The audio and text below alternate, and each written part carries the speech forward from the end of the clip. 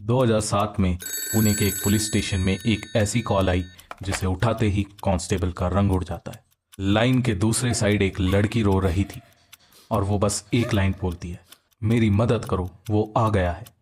Police जब उस address पर गई तो उन्हें घर का दरवाज़ा खुला मिलता है और अंदर उस लड़की का फ़ोन बज रहा था, पर वो लड़की तब तक मर चुकी थी। और शॉक तो तब लगता है जब उसके मरने के 13 मिनट बाद ही उसी नंबर से फिर से एक कॉल आता है।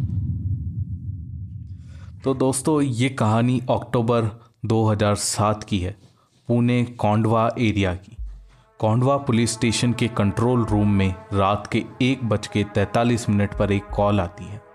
Duty officer Deshmukh call receive करते हैं। Hello, Kondhwa police station.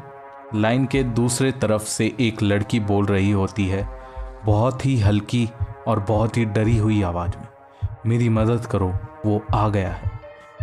फिर एक ज़ोर की आवाज़ और फिर साइलेंस और फिर कॉल कट हो जाता है। देशमुख जब वो कॉल ट्रेस करते हैं तो उन्हें एड्रेस मिलता है अपार्टमेंट 403, सनराइज बिल्डिंग। टीम तुरंत वहाँ पहुँच जाती है।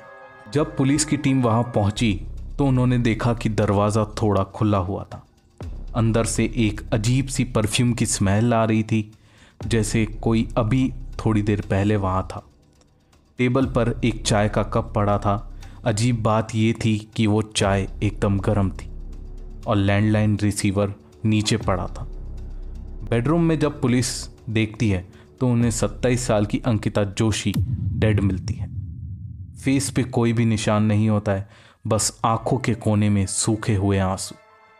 फोन उसके हाथ के जस्ट पास पड़ा था। पुलिस ने जब लैंडलाइन कंपनी से कॉल डिटेल्स लिए, कॉल 1:43 पर कोंडवा पुलिस स्टेशन लगाया गया था। जब उन्होंने रिकॉर्डिंग प्ले की, एक लड़की की आवाज़ चिल्लाती है, मेरी मदद करो, वो आ गया है। और पीछे एक डोर बंद होने की आवाज़ भी होती है।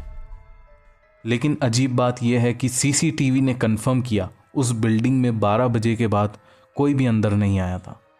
डेड बॉडी को पुलिस पोस्टमार्टम के लिए भेजती है और फिर जब उस लड़की का पोस्टमार्टम हुआ तो रिपोर्ट सामने आई कि cause of death heart failure due to sudden shock था।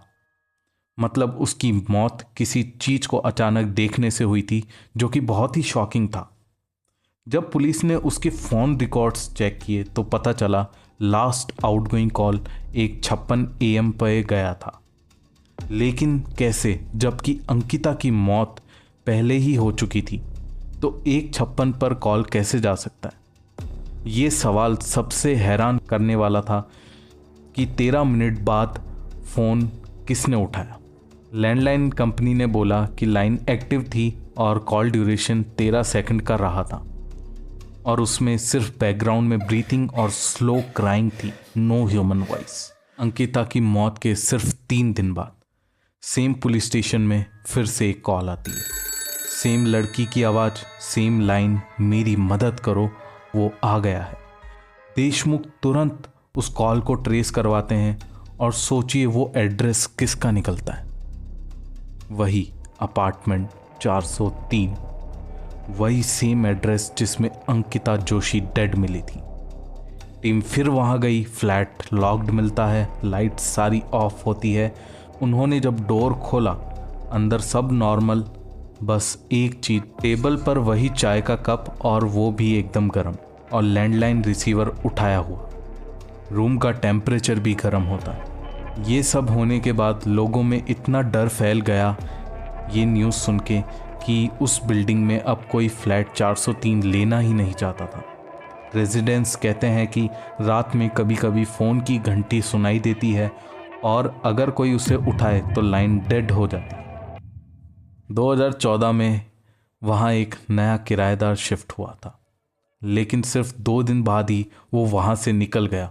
उसने बोला, रात में मुझे लगा कोई मेरे पीछे खड़ा है और जब पलटा तो फ़ोन का रिसीवर हवा में लटक रहा था। तब से सनराइज बिल्डिंग का 403 फ्लैट खाली है। बस एक वार्निंग उस पर लिखी हुई है, नो वायरिंग, नो कनेक्शन। लेकिन कभी कभी लोकल्स कहते हैं कि वहाँ की लाइट कभी कभी फ्लिकर करती है, अंदर से फ़ोन रिंग सुनाई देती है। पुणे पुलिस ने वो फाइल बंद कर दी क्योंकि उन्हें कोई सुराग नहीं मिला और अंकिता की डेथ भी एकदम नेचुरल हार्ट अटैक की वजह से हुई। रिपोर्ट में लिखा गया, no intruder, no signs of struggle, case unresolved. Deshmukh खुद इस हादसे से इतना डर चुके थे और देशमुख ने अपनी पर्सनल डायरी में भी लिखा, वो कॉल आज भी मेरे दिमाग में गूंजती है। उसकी आवाज़ रात में अभी भी सुनाई देती है, कभी कभी 1:43 पर, कभी 1:56 पर। मित्रों, आज भी अगर आप उस नंबर पर कॉल करेंगे और रात के 1:43 पर लाइन मिल जाए तो एक लड़की फ़ोन उठाती है और बस एक ही लाइन कहती है,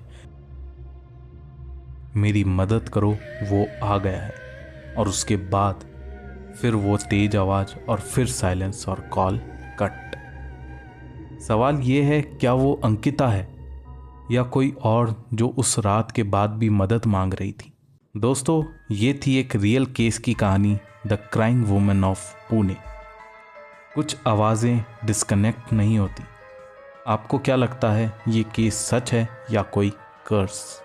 कमेंट में लिखकर अपनी राय ज़रूर बताएं और शेयर करो अगर तुम्हें भी कभी किसी डेड नंबर से कॉल आया है।